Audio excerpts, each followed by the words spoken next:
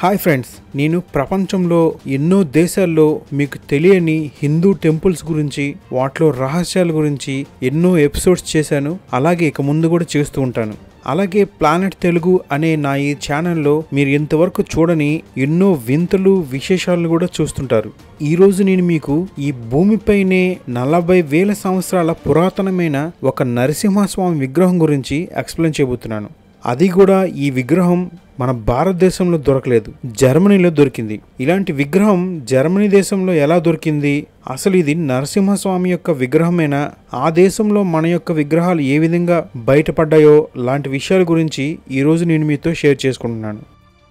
మీకు కనుక నా వీడియో నచ్చినట్లయితే షేర్ చేయండి లేదా లైక్ చేయండి. ఇంకా రెగ్యులర్గా నా వీడియోస్ మీకే మొదటగా రావాలంటే మీరు నా ఛానల్ని తప్పకుండా సబ్స్క్రైబ్ చేసుకోండి. దాంతోపాటు ఈ పక్కన గంట సింబల్ కనిపిస్తుంది కదా, ఈ బెల్ని మీరు క్లిక్ చేయడం వల్ల నేను చేసే ప్రతి వీడియో యొక్క అప్డేట్ మొట్టమొదటిసారిగా మీకే వస్తుంది.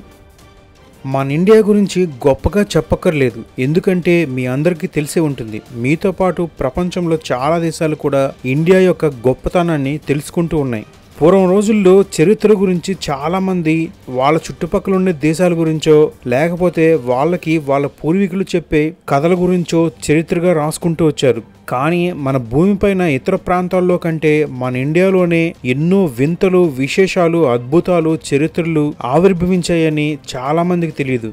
ఈ రోజుల్లో ఎంతో కొంత టెక్నాలజీ వచ్చిన తర్వాత రైట్ బ్రదర్స్ విమానాలు తయారు చేశారని వాటిని వీడియోలు తీసి చూపిస్తున్నారు. కానీ భూమిపైన ఇతర మానవులు సరైన ఇల్లులో కూడా లేని స్థితుల్లో వాళ్ళు అడవుల్లో గుహల్లో జీవిస్తున్న కాలంలోనే మన భారతదేశంలో అత్యంత టెక్నాలజీతో కూడిన అండర్ గ్రౌండ్ డ్రైనేజ్ వాటర్ సిస్టంతో కూడిన పెద్ద పెద్ద నగరాలు ఉండేవి. అదేవిధంగా మొత్తం భూమిపైన మొట్టమొదటిసారిగా విమానాలని తయారు చేసింది కూడా మన భారతదేశంలోనే. చాలా మంది విదేశీయులు మొట్టమొదటిసారిగా విమానాన్ని తయారు చేసింది రైట్ సోదరులే అని చెప్తున్నారు. కానీ వాళ్ళందరికీ కూడా ఈ మధ్యనే ఇండియా గురించి, ఇండియా యొక్క సంస్కృతి గురించి తెలియడం వల్ల వాళ్ళందరూ కూడా ఇండియా యొక్క గొప్పతనాన్ని తెలుసుకుంటున్నారు.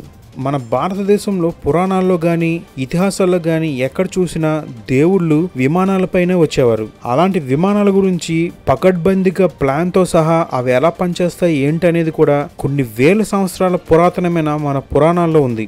వీటి గురించి ఇప్పుడు నేను మీకు ఎందుకు చెప్తున్నానంటే, భారతదేశం పైకి ఎంతో మంది విదేశీయులు దండయాత్రలు చేసి ఆయుర్వేదిక వైద్యం నుంచి కూడా టెక్నాలజీ పరంగా కూడా వస్తు సంపద, అలాగే మణులు, మాణిక్యాలు, ఆఖరికి కోహినూర్ డైమండ్ తో సహా ఇండియాని మొత్తం కొల్లగొట్టి ఎవరికి వారు వాళ్ళ దేశాలకు తీసుకువెళ్ళిపోయారు. ఒకప్పుడు ఇండియాకి చిన్న చిన్న వ్యాపారం చేయడానికి వచ్చేవాళ్ళు కొన్ని లక్షల కోట్ల విలువైన ఎంతో సంపదని వాళ్ళ యొక్క పడవల్లో అన్ని దేశాలకు తీసుకువెళ్ళిపోయారు. ఆ విధంగా మీరు ప్రపంచంలో ఏ దేశంలో చూసుకున్నా సరే ఆ దేశంలో ఇండియాకు సంబంధించిన ఏదో ఒక వస్తువు అక్కడ ఉండే ఉంటుంది. అదేవిధంగా జర్మనీలో ఒక విగ్రహం బయటపడింది.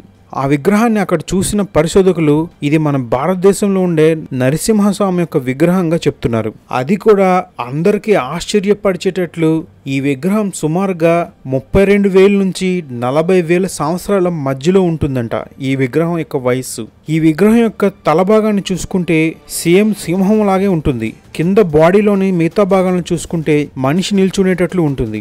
ఈ విధంగా ఈ విగ్రహంపై పరిశోధనలు చేసిన వారు వాళ్ళకి మన భారతదేశంలోని పురాణాలపైన కొంత అవగాహన ఉండడం వల్ల ఇది మన ఇండియాలోని నరసింహస్వామికి చెందిన విగ్రహంగా భావిస్తున్నారు. అదేవిధంగా నరసింహస్వామి యొక్క అవతారాన్ని చూసుకుంటే 2 చేతులతో పాటు వెనక వైపు చాలా చేతులు ఉంటాయి, వాటిలో ఆయుధాలు కూడా ఉంటాయి. అలాగే ఈ విగ్రహానికి కూడా వెనక వైపు ఆయుధాలు, చేతులు ఉండేవేమో గాని ఆ వెనక భాగం చాలా వరకు విరిగిపోయింది. ఈ విగ్రహం ఏ కర్రతోనో రాయితోనే చేయలేదు. కొన్ని వేల సంవత్సరాల క్రితం భూమిపైన ఉండే మమ్మత్ అని పిలువబడే ఒక ఏనుగుల జాతికి చెందిన జంతువుల యొక్క దంతాలతో ఈ విగ్రహాన్ని తయారు చేశారు. ఆ సౌత్ జర్మనీలో ఈ విగ్రహం దొరికినప్పటికీ ఆ దేశం యొక్క పురాణాల్లో గాని చరిత్రలో గాని ఎక్కడ కూడా ఇలాంటి సింహం రూపంలో ఉండే మనుషులను గాని దేవుళ్ళు గాని పూజించిన దాఖలాలు లేవు. అదేవిధంగా ప్రపంచంలో కూడా చాలా చోట్ల రకరకాల జంతువులతో కూడిన అవతారాలు ఉన్నాయి, కానీ ఈ విధంగా సింహంతో కూడిన అవతారం మీకు ఏ దేశం యొక్క చరిత్రలో కూడా చాలా వరకు కనిపించదు. కాబట్టి ఎన్నో వేల సంవత్సరాల క్రితమే మన భారతదేశంలోని ఇతిహాసాలు, పురాణాల యొక్క గొప్పతనాన్ని తెలిసిన వాళ్ళే ఈ విధంగా ఆ మమ్మత్ ఏనుగు దంతం పైన ఈ విగ్రహాన్ని తయారు చేసి ఉంటారని కొంతమంది భావిస్తున్నారు. మొత్తం యూరప్ దేశాల్లోనే ఈ కనుగొనబడిన విగ్రహం గురించి ఎంతో గొప్పగా చర్చించుకుంటున్నారు. జర్మనీలోని వుల్మ్ అనే ప్రాంతంలో 1930 నుంచి 35 సంవత్సరాల్లో ఆ రోజుల్లోని పురావస్తు శాస్త్రవేత్తలు అక్కడ గుహల్లో కొన్ని కొండల్లో ఎన్నో తవ్వకాలు జరిపారు. ఆ తవ్వకాల్లో ఒక అద్భుతమైన జురాసిక్ డైనోసార్ల కాలానికి చెందిన ఒక పెద్ద గుహని కూడా కనుగొన్నారు. ఆ గుహలో కొన్ని వేల సంవత్సరాల క్రితం జీవించిన పక్షుల యొక్క, గుర్రాల యొక్క, అలాగే తాబేళ్లు, సింహాల యొక్క అస్థిపంజరాలు, వాటి యొక్క ఆనవాళ్ళని కనుగొన్నారు. అలాగే ఇంకా కొన్ని తవ్వకాలు ఆ ప్రాంతంలో జరపడం వల్ల పురాతన కాలానికి సంబంధించిన ఆది మానవుల యొక్క ఎన్నో కళేబరాలు దొరికాయి. కానీ వీళ్ళకి సగం మనిషి సగం సింహం కలిగిన ఇటువంటి వింత వస్తువు వాళ్ళకి ఇంతవరకు కనిపించలేదు. ఇదే వాళ్ళకి దొరికిన మొట్టమొదటి విగ్రహం. ఈ విధంగా సింహం అలాగే మనిషి కలిపిన ఈ విగ్రహం, అది కూడా భూమిపైన కొన్ని వేల సంవత్సరాల క్రితం జీవించిన ఏనుగుల యొక్క దంతాలపైన చెక్కబడిన ఈ విగ్రహం ప్రపంచంలోనే అత్యద్భుతమైన అలాగే ఒకే ఒక విగ్రహంగా చరిత్రకెక్కింది.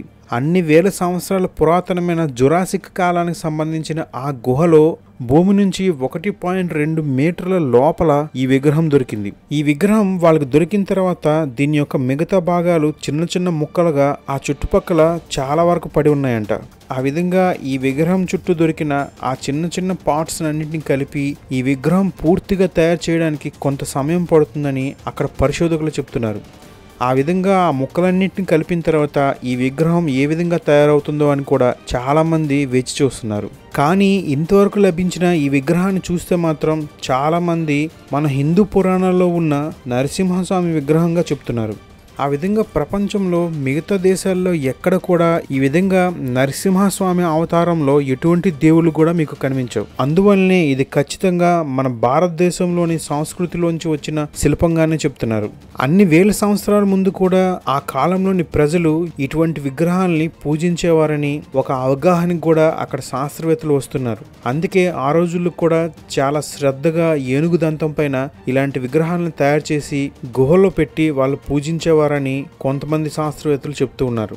ఎవరు ఏ విధంగా అనుకున్నప్పటికీ కూడా కొన్ని వేల సంవత్సరాల క్రితమే భూమిపై నివసించే అంత పెద్ద ఏనుగు లాంటి జంతువు యొక్క దంతం పైన ఇలాంటి సగం మనిషి సగం సింహం మొహం కలిగిన విగ్రహాలను ఎందుకు తయారు చేశారో, వాటిని అంత జాగ్రత్తగా ఆ గుహల్లోనే ఎందుకు పొందుపరిచారో ఎవరికీ అర్థం కావట్లేదు.